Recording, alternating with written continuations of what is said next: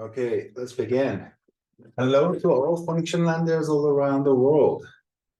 It's November the 30th, 2023, and we have yet another AMA session on which we discuss questions that are asked in the community. We go through some of the updates and provide the latest with the state of Lambda functions. So thank you so much. I know I can only see Diego currently in the chat, but a recording of this will also be available on our YouTube and be posted to our Telegram group. So thank you so much for joining. First, let's start with updates. The first thing that we've been working hardly on the past month has been an update for the FX Blocks app. So as many of you users have reported, and anyone listening probably has experienced themselves, we have some difficulties with connecting the wallets, be it Trust Wallet or MetaMask, to the FX Blocks device. There are many attempts that need to currently overcome this not unfunctional behavior of the app, and we have been working on Wallet Connect, the protocol that allows connecting multiple devices, and we have an update ready. This is an update that's in the latest testing phase. That is already there, and this will resolve all the issues essentially with connecting wallets. So the dreaded steps of the setup where it's not clear how many times you should close the app, force close it, delete cache, those stuff, they will all be resolved with this update.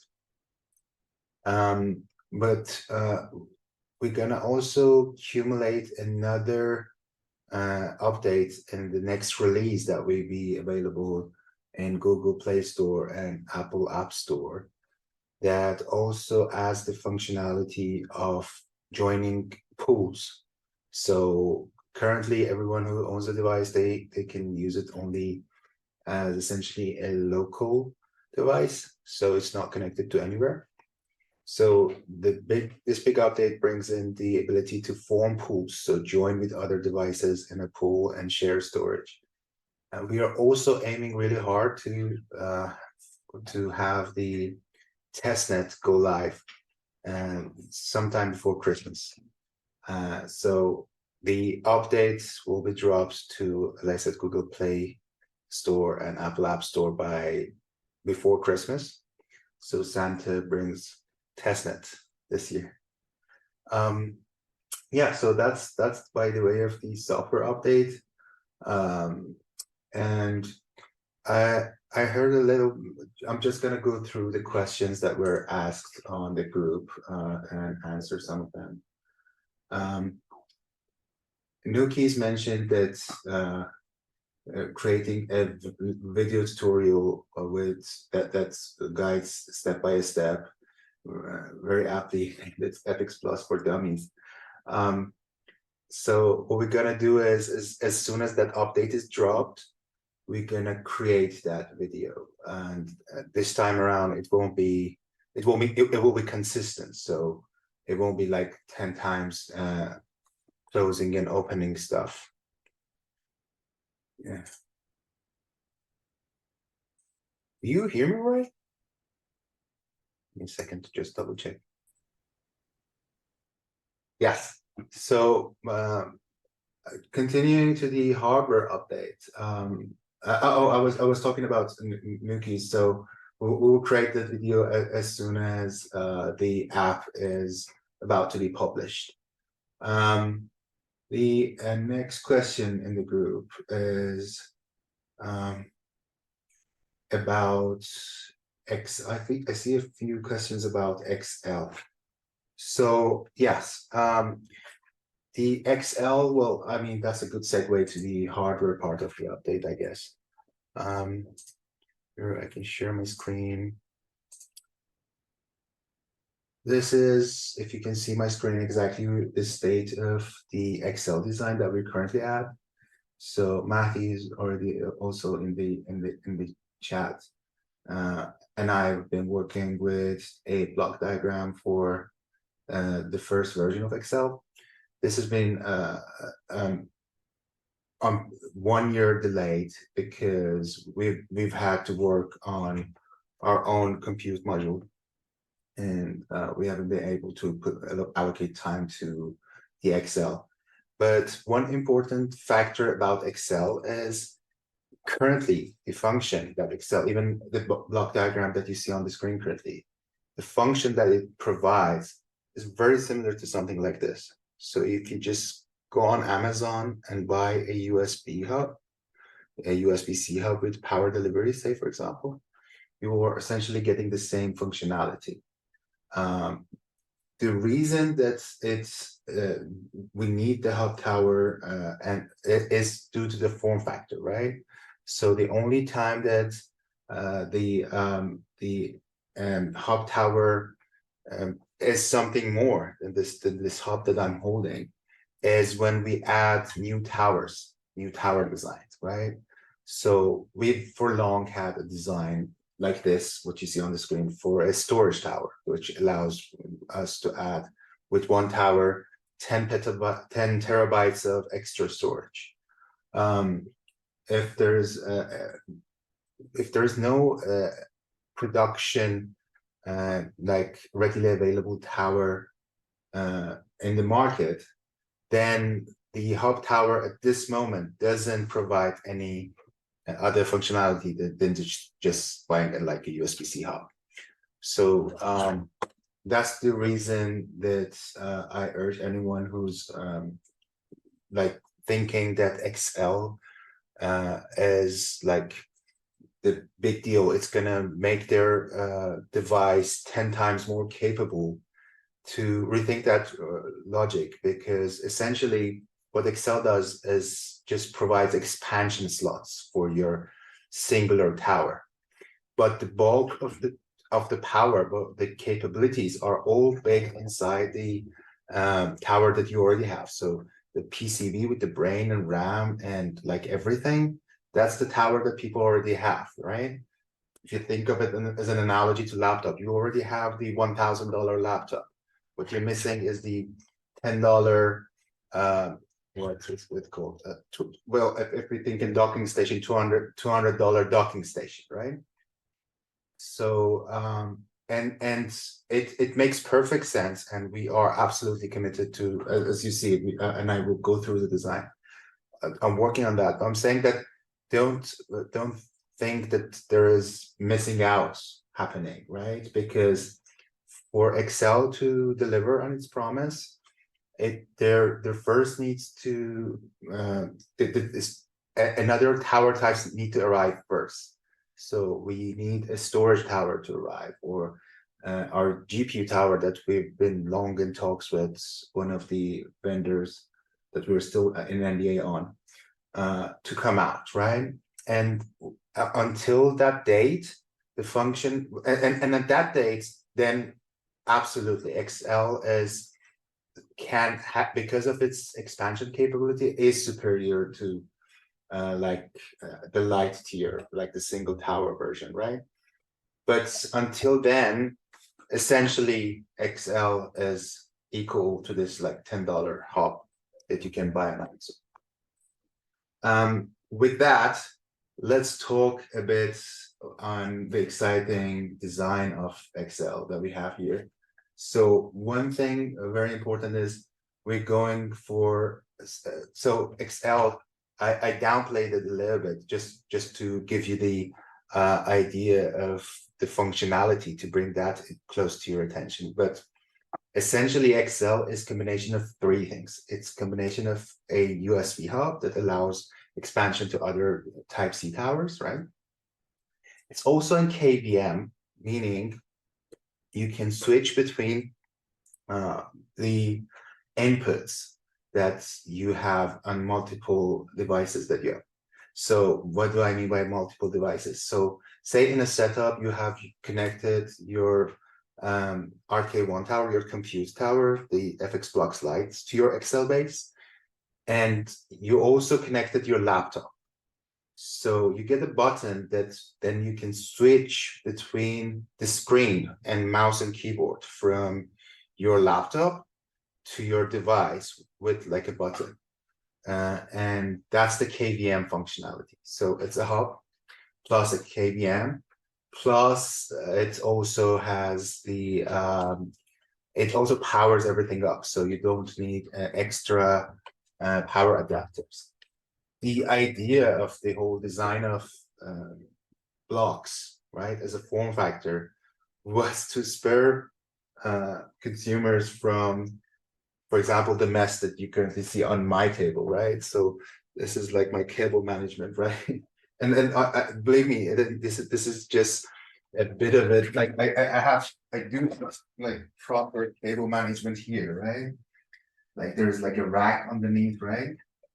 But this is the mess that we get with when we have like a more advanced setup, like as in we have like, and by advanced I don't mean like in like production studio or anything.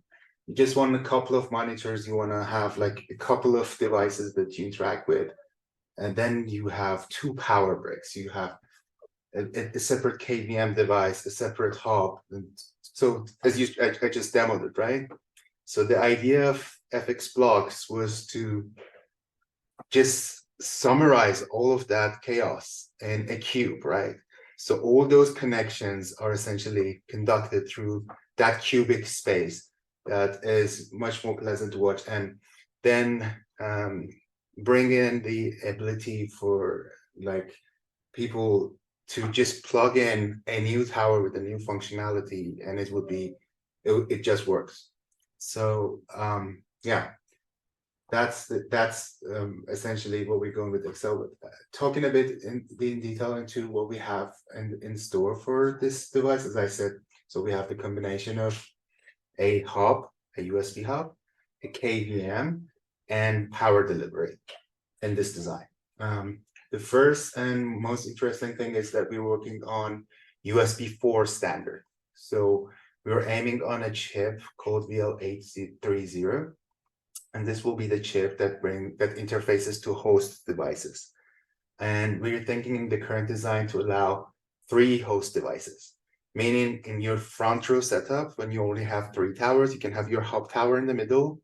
Then say, for example, at this very moment with the things that are ready, 2 RK1 towers, 2 of the FX Blocks like plus towers, right? On the same base. So you're essentially getting 2 nodes. One of them, say, is running Fula, the other one is running Ethereum staking, right?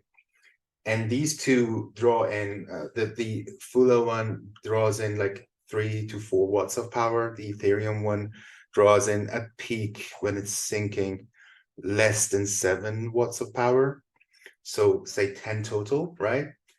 The power delivery at the hub tower, if it's anything like 100 watts, it then through another port that you connect directly to your laptop can also charge your laptop and also function as the KVM for your laptop. So you connect your monitor to this and your mouse and keyboard to your hub tower, and you are essentially getting a very clean setup, not like what I showed you right now in my setup. So the first and foremost is USB 4, inclusion of USB 4. And then what you see, the blocks in the middle, is just for the KVM functionality that I mentioned. So there is a switch that between these 3 devices, you can switch your display. So when you click a button, it jumps from your first tower to your PC to your second tower. So you have one monitor that's showing the display for each at each click of the button. Same for your mouse and keyboard. So that gives you the whole power of Linux also under your hands, because your FX Blocks Lite is a fully capable Linux machine. This section in the middle, this one does the display switching, and this one switches the USBs. And as you can see on the right, there are a total of 12 ports that we have. Those are the expansions. So again, more capable than these simple $10 things that you can buy on Amazon, because you're getting 12 ports, one of them DisplayPort capable. So the way that these 12 ports work, as the hub tower will have the similar physical outlook like your already existing light tower, with the addition of a button and a USB port here. So you get 3 on the panel like light, you get another extra here, so 4, and then this wants to connect to 8 more towers, right? So when you have this in the front row, you have 2 adjacent ones and 6 behind them, right? So 8 there plus 4, that's why we have 12. So 12 USB-Cs, where you can configure what tower connects to which other tower, and you can have 3 hosts at the same time. So your 2 front row towers can both be, say, as I said, a FX Flux Lite tower, like the RK1 tower. So that's it on the hardware. Let me stop the share and see if I'm seeing any more questions. There was a question about, which I think Gaston's already answered, the ROI of the device just based on the cloud replacement. Yes, so they mentioned that it's $19 a year for Google. So it takes 10 years for Light to pay off. Well, as rightly mentioned, this is based on the assumption that you only want to go with the the smallest tier of storage with Google, which is like, I think, 100 gigabytes. So yeah, but with Logs, what you're getting is bringing your own storage, and you don't have a ceiling on that. So you can have for 10 years 1 petabyte of storage. And if you want to get that with Google, I think that needs a mortgage.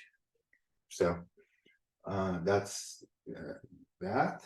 And yeah, I think I went through all the way. Then from here on, all the questions have been answered by our amazing community members and admins. So about Testnet, I already covered it on the beginning of the updates. Christmas is still the time that we're aggressively pushing for. So we'll have Testnet hopefully by the time Santa comes, and then it will be exciting. That's all that I can see in the Telegram. So from people present here, Diego, do you have any questions? Would you like to come online and ask any questions, or chat in the chat if you want?